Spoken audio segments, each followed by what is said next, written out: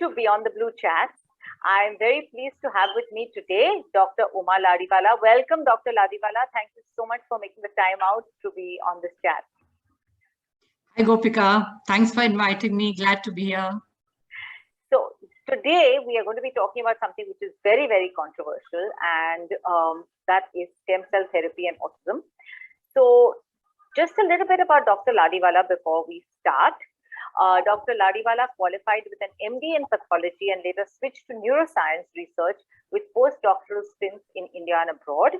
On returning to India in 2001, she started working on neural stem cells, which she's going to tell us a little bit more about in a bit. And she has recently joined Adult Support Kendra Yash Charitable Trust as a research consultant. So, Dr. Ladiwala, tell us, if you can just explain to me first, what is a stem cell? Yeah, so Gopika, well, yeah, let's, consider stem cells. Well, the body, any human body or animals, any organism is made up of cells. So cells are the basic unit in any organism, right? And these cells are arranged in organs, so they are there for specialized functions. They perform specialized functions. So they actually they come from the parent cell, which is the stem cell. Okay, so stem cells are actually unspecialized cells. They can divide continuously at different rates, and they are found in the embryonic stage during pregnancy and even in adulthood. So they're present in almost every organ of the body, and in adulthood, so in the embryonic stage, they can give rise to almost every kind of cell, okay, performing any kind of function. But in adulthood, this capacity is reduced and they generally form cells of that particular organ only. For example, stem cells in the brain will give rise to the various brain cells. Liver stem cells will give rise to liver cells. So that's what stem cells are. Okay. So then what is stem cell therapy? So, yeah, well, so research on stem cells has been going on for about 50 years. And when it was realized that stem cells can give rise to functional cells, then the potential to replace damaged or diseased cells in the body was seen and studied. So a lot of research has been going on into, trying to give these, or either, you can try to give stem cells from the outside, inject them in and hope that they can repair the damaged tissues. Okay. So correct me if I'm wrong, I just to kind of paraphrase what you're saying. What you're saying is that as the body ages, and along with age, as there is disease, as well as wear and tear of the body, if you inject the stem cell from an external source into the body, it can, into a particular part of the body, it can fix the diseased or damaged cell. Is that correct? Am I saying that correctly? Well, that's what all the research is about. Okay, attempting to do that. Okay. So, to be seen whether that is possible or not, and that's what the research has been about. Okay. And so far, I can even add here that after all these years of research, there are only a few conditions where stem cell therapy is approved. Okay, so for example, actually stem cells can be taken out from an individual's own body also. Okay, prepared outside in the laboratory. You can either, make them a little into functional cells even outside the body, or even just take the stem cells as is, separate them from other cells and put them back. Okay. So and currently the only conditions for which stem cell therapy is allowed and works is for some cancers and some immune conditions of the blood and bone marrow. Okay, say in some leukemias, some lymphomas, immune disorder like multiple sclerosis, where actually what you're doing is taking out the stem cells first, or you have donor stem cells, and you then destroy the bone marrow and give back the stem cells, so you have fresh new cells up, coming about. Okay. Yeah, and that's approved. Okay, and that this is approved. So this is Yeah. allowed to happen. So there have been trials, Right. and this is. So now Yeah. we come to stem cell therapy and autism. Okay. How does this work with respect to autism? Okay, so let's go first a little bit about autism. What is so autism, as many people in this group might know, is it's also called autism spectrum disorder officially.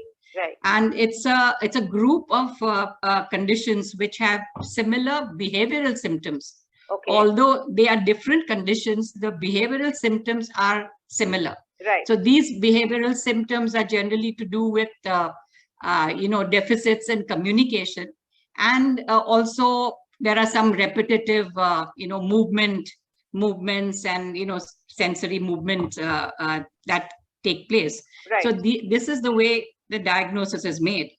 And what happens is that though many of the symptoms can be linked to the brain, and there are parts of the brain that show some differences and abnormalities as compared to a neurotypical brain.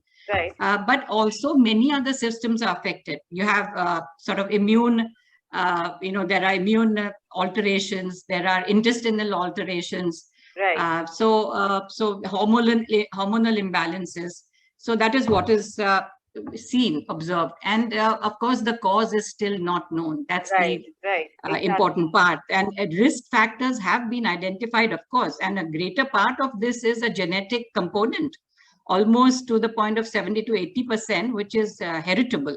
Right. Okay. And the remaining is found to be a lot due to environmental factors, various environmental toxins or other, illnesses, etc.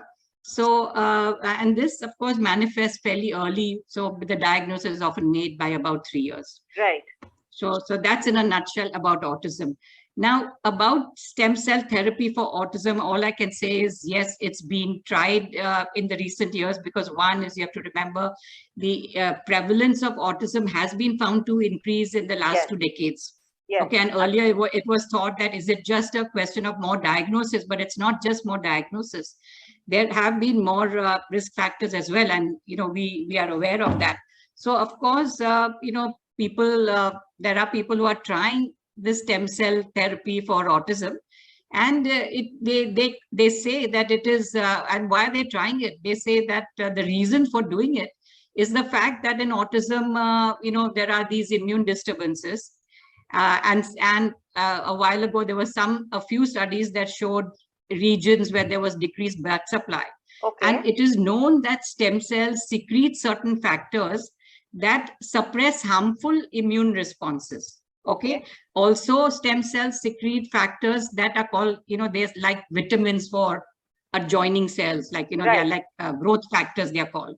Right. So with these two, quoting these two reasons, people are going ahead and trying out stem cell therapy for autism. Okay.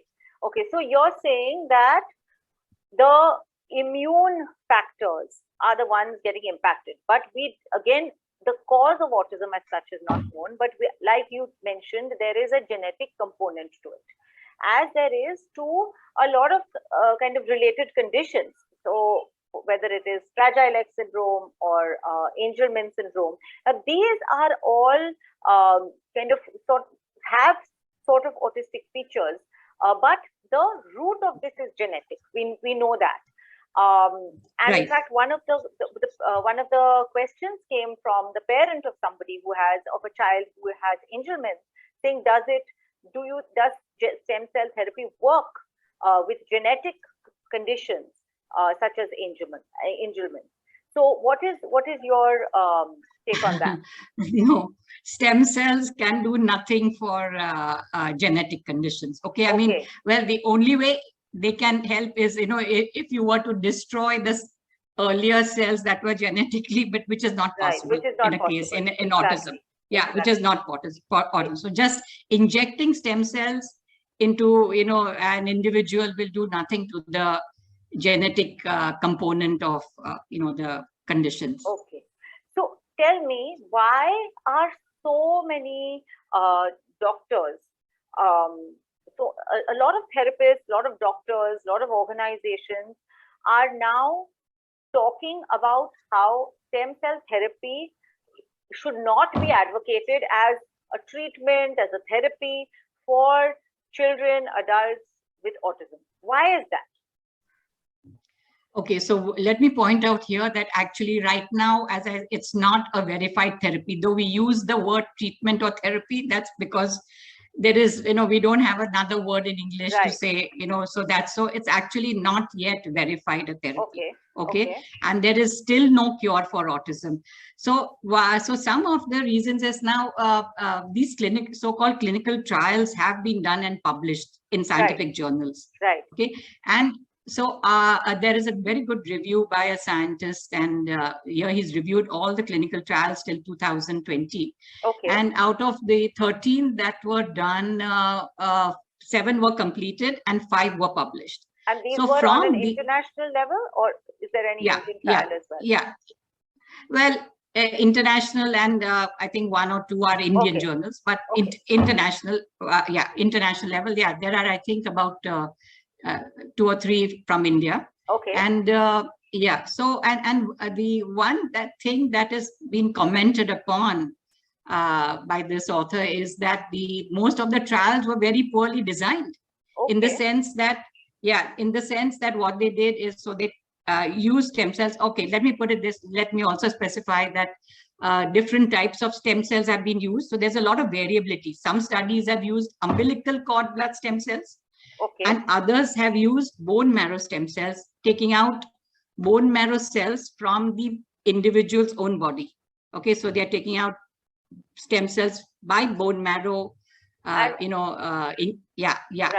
they either clean them up, take out some other cells that are not wanted, and inject them back. And the umbilical ones which were taken from the person at birth. No, the umbilical cord stem cells were from donors, because if you know, umbilical cord is from the placenta, right? Right. So they have been, they are from donors, because they are from that placentals either stored or, from a storage from a bank. So they've been stored, So they are from donors, but the bone marrow stem cells were generally from the individuals. Okay. So that is one thing that, and now the route of injection has differed.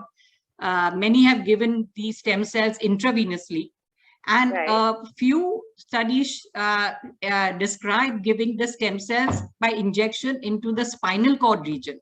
Okay, so actually into the covering of the spinal cord between the layers.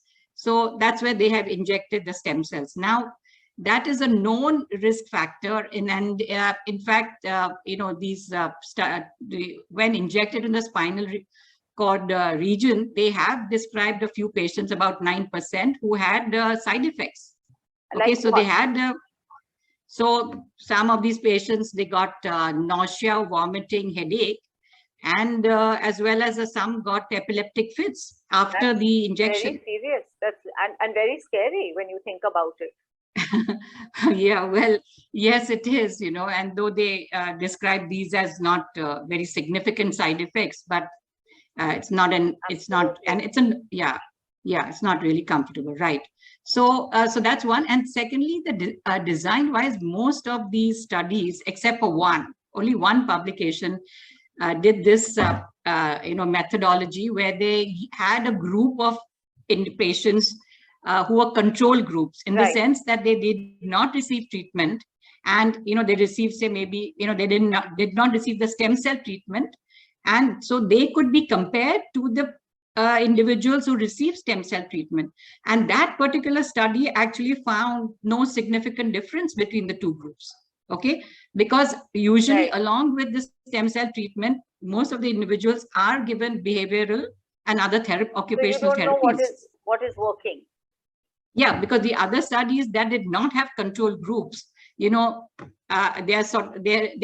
is no way to compare them to, what would happen if you didn't give the stem cells. Right. So what they did is compare the individual behaviorally before and with after. Right.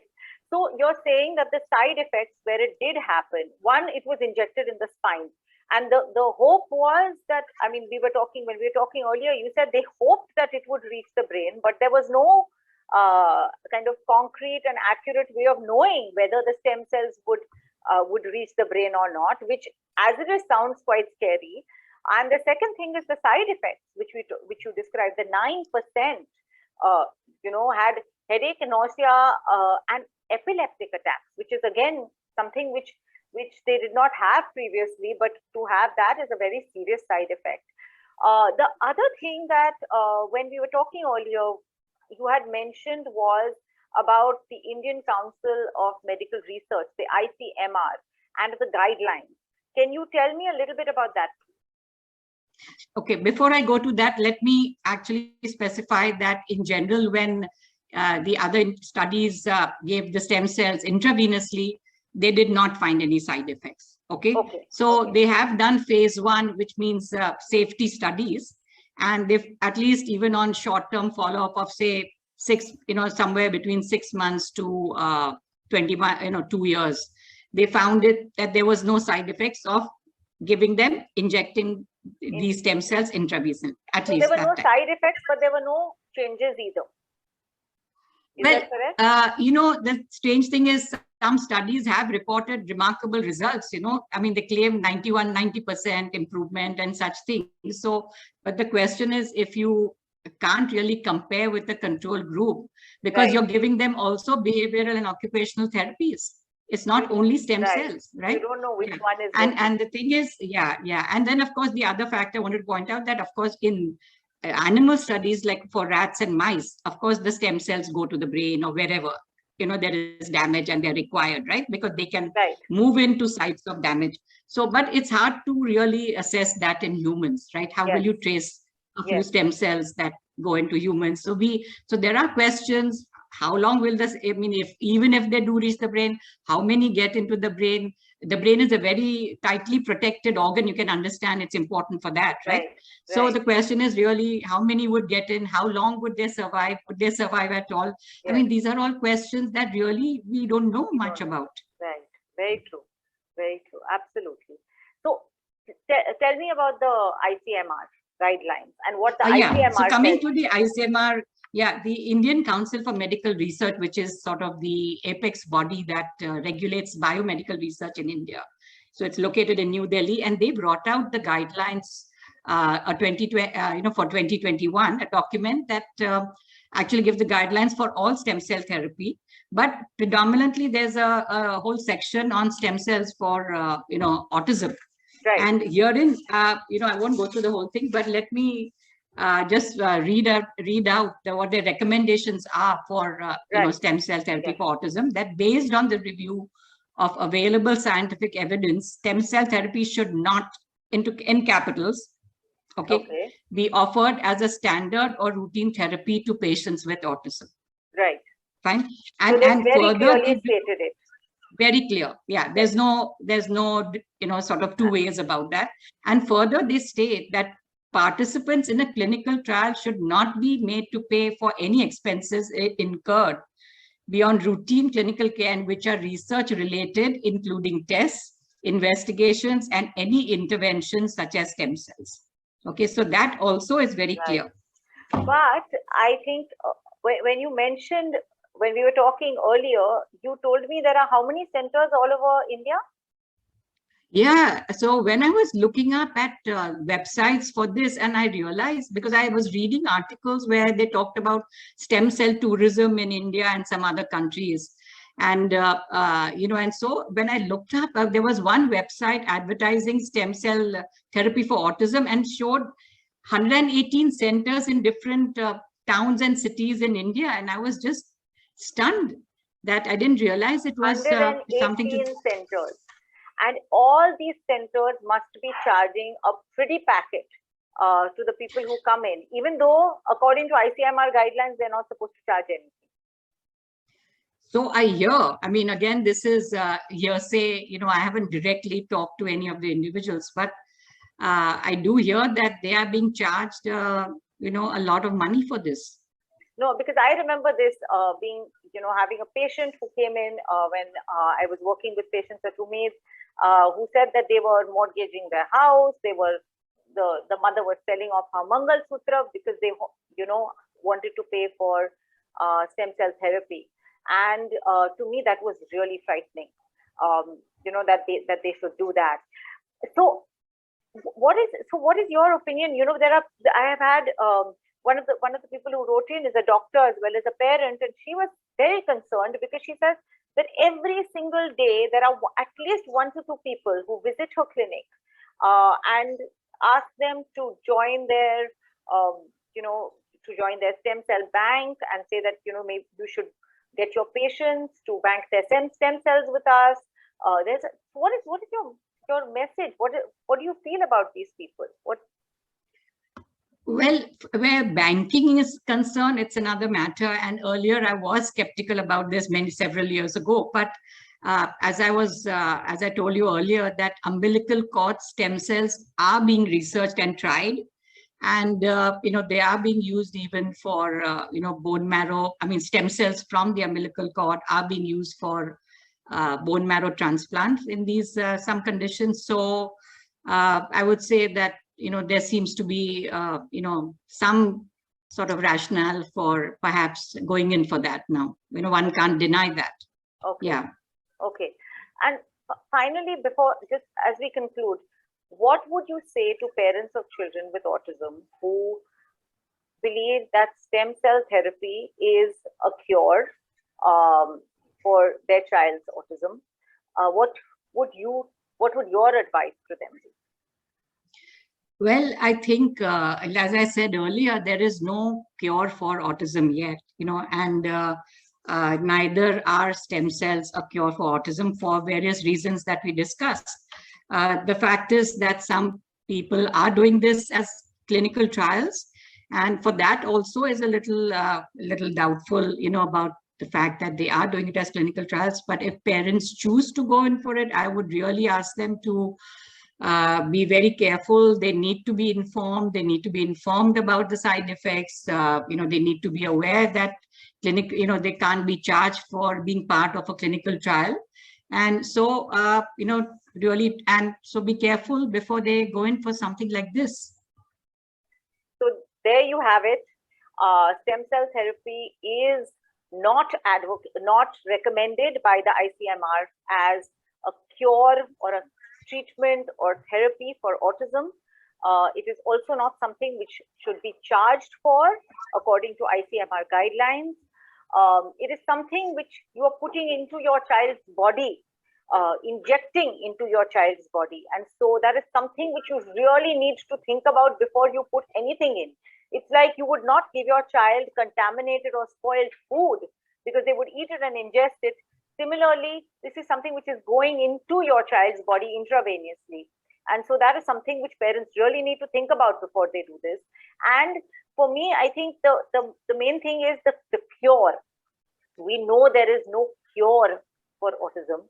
Again, this false advertising or selling of stem cell therapy as a cure for autism, something that will fix it, is something which is just very wrong on the behalf of these organizations. So thank you so much, Dr. Ladiwala. You've really broken it down, and explained it so simply and so clearly that I'm sure parents who are listening to this, who have, got any doubts about stem cell therapy, will understand exactly what it is, how it works, what the side effects are, and where the medical community stands on stem cell therapy. Thank you so much for doing this. It's very, very important that people get this knowledge and get it in clear facts. And that's what you've really done. So thank you so much for doing that. My pleasure, Gopika. Thank you for inviting me again. Yeah. Thank you.